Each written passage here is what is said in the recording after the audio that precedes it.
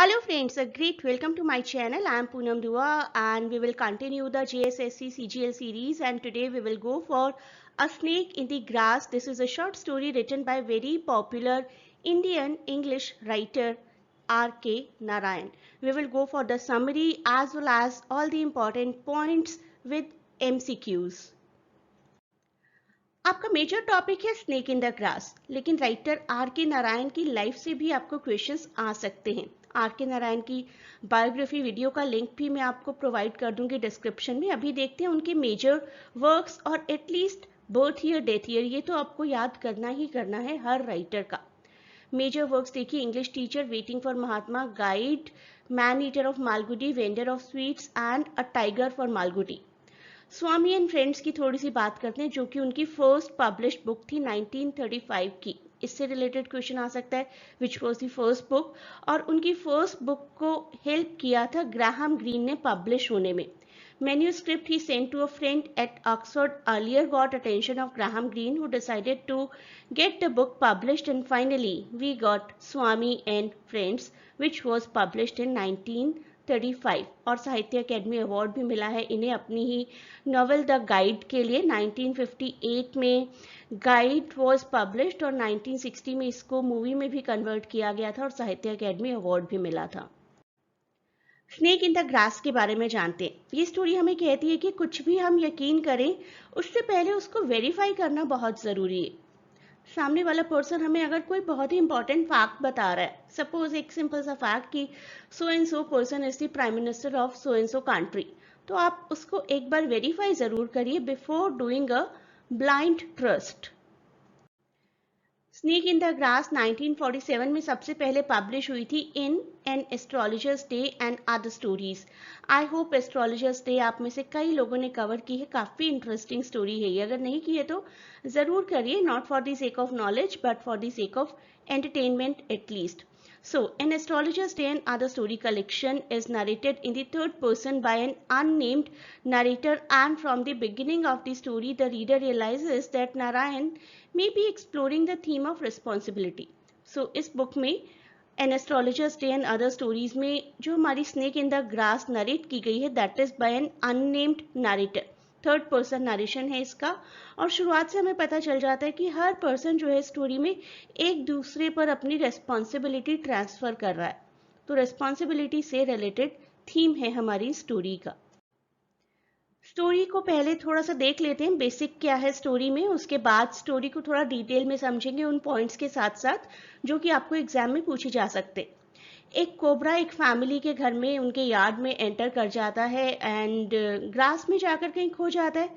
N old women comes and claims that this is a sign from the deity Murugan.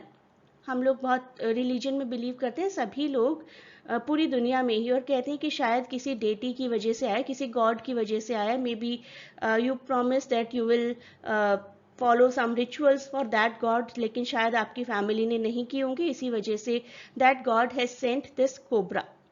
Cobra Hinduism से, snacks Hinduism से बहुत ज़्यादा related हैं। Family देखती है कि अब क्या क्या करना है, ऑफर करती हैं some milk and all the possibilities that are possible बिना स्नेक को हार्म किए। और देखते हैं इसके बाद क्या क्या ट्रबल्स वो पूरी फैमिली फेस करती है, and do they get rid of the snake or not. शुरुआत होती है एक साइकिलिस्ट से। एक साइकिलिस्ट एक घर की बेल रिंग करता है जहां पर मोस्ट प्रोबेबली दोपहर के टाइम में सब लोग सो रहे होंगे। So biker rang his bicycle bell and reported that he had witnessed a snake entering the house compound. मैंने घर के कंपाउंड में जाते हुए आसपास की ग्रास में कोबरा को देखा है, और ये अनाउंसमेंट करके वो साइकिलर चला जाता है अपने रास्ते पर। He just says a snake has entered your compound. अब पूरी की पूरी फैमिली बाहर आ जाती है और उनका एक सर्वेंट भी है जो उनके कंपाउंड में एक पेड़ के नीचे बड़े आराम से सो रहा है। पूरी फैमिली आकर सर्वेंट पर सारा ब्लेम डालती है कि तुमने क्यों नहीं देखा, तुम क्या कर रहे थे उस वक्त। They woke him up and made him know about the entry of the snake in the compound of the bungalow. Have you seen the snake, that was their first question. अब ये पूरी की पूरी फैमिली, जिसमें कि एक mother और उनके 4 बेटे हैं और सर्वेंट, एक दूसरे पर ब्लेम पास करने में लगे हैं और नेबर्स एंजॉय कर रहे हैं।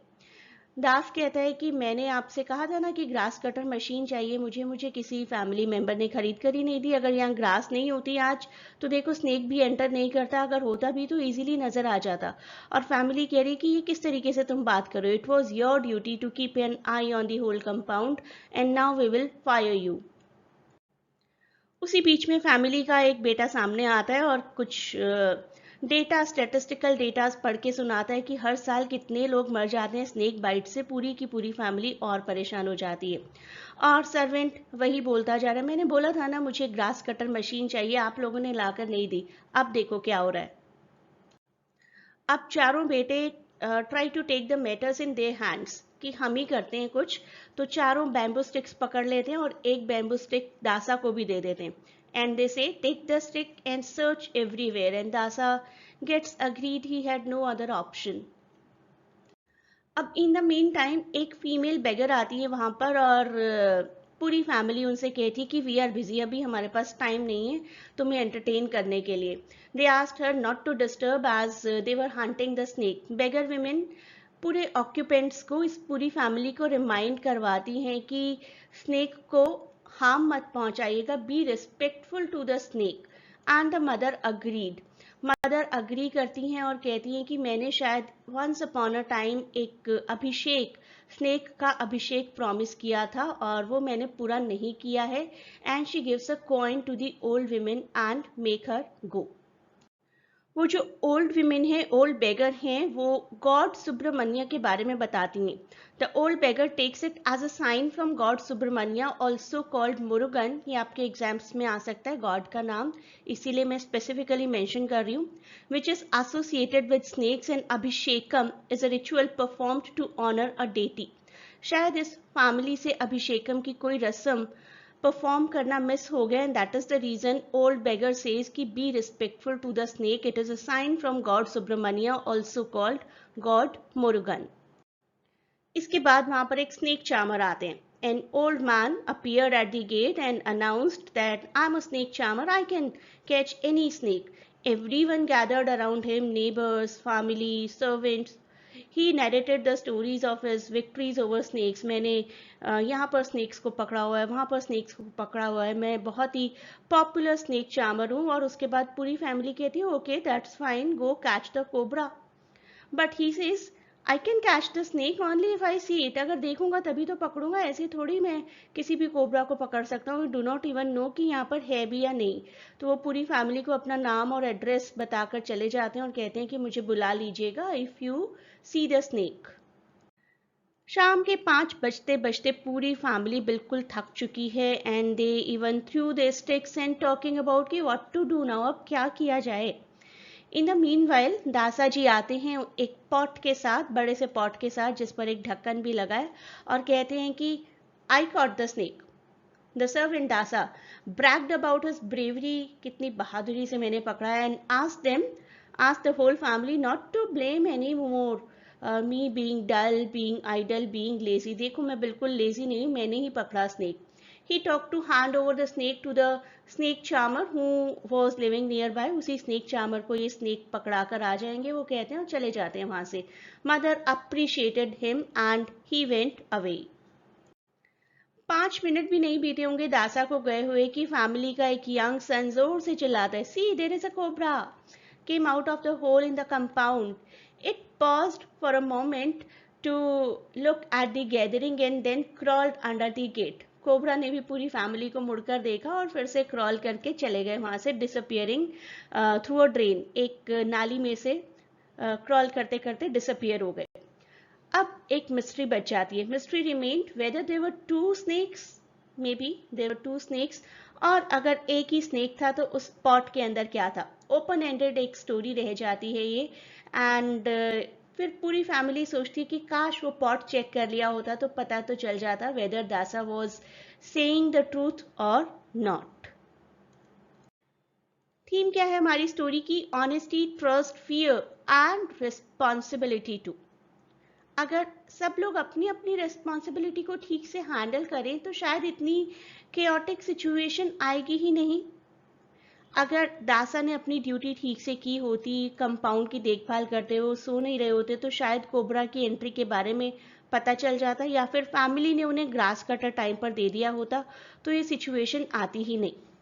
सो रिस्पॉन्सिबिलिटी को एक दूसरे के कंधों पर किस तरीके से ट्रांसफ़र किया जाए और सिचुएशन से बचा जाए, दैट हैज़ बीन शोन। कौन कितना ऑनेस्ट है, किसी पर ट्रस्ट करना चाहिए या नहीं, या किसी की फियर का किस तरीके से फ़ायदा उठाया जा सकता है, that has been shown here. This is one of the most simple short stories of all time, and Dasa, the old but very clever servant, tricks his employers, the group of mother and 4 sons. And the theme is that one should not trust anyone without verifying. जो कुछ भी हमने story में पढ़ा है उसको अच्छे से याद रखिए, एक एक पॉइंट को, कैरेक्टर्स के नाम को, किसने लिखी थी, कब पब्लिश हुई थी ये स्टोरी, राइटर का बर्थ ईयर, राइटर का death year and so many other points. और हम सभी एमसीक्यूज को डिस्कस करेंगे अपने नेक्स्ट वीडियो में। Please do not forget to share and subscribe the channel and provide your valuable feedback in comments.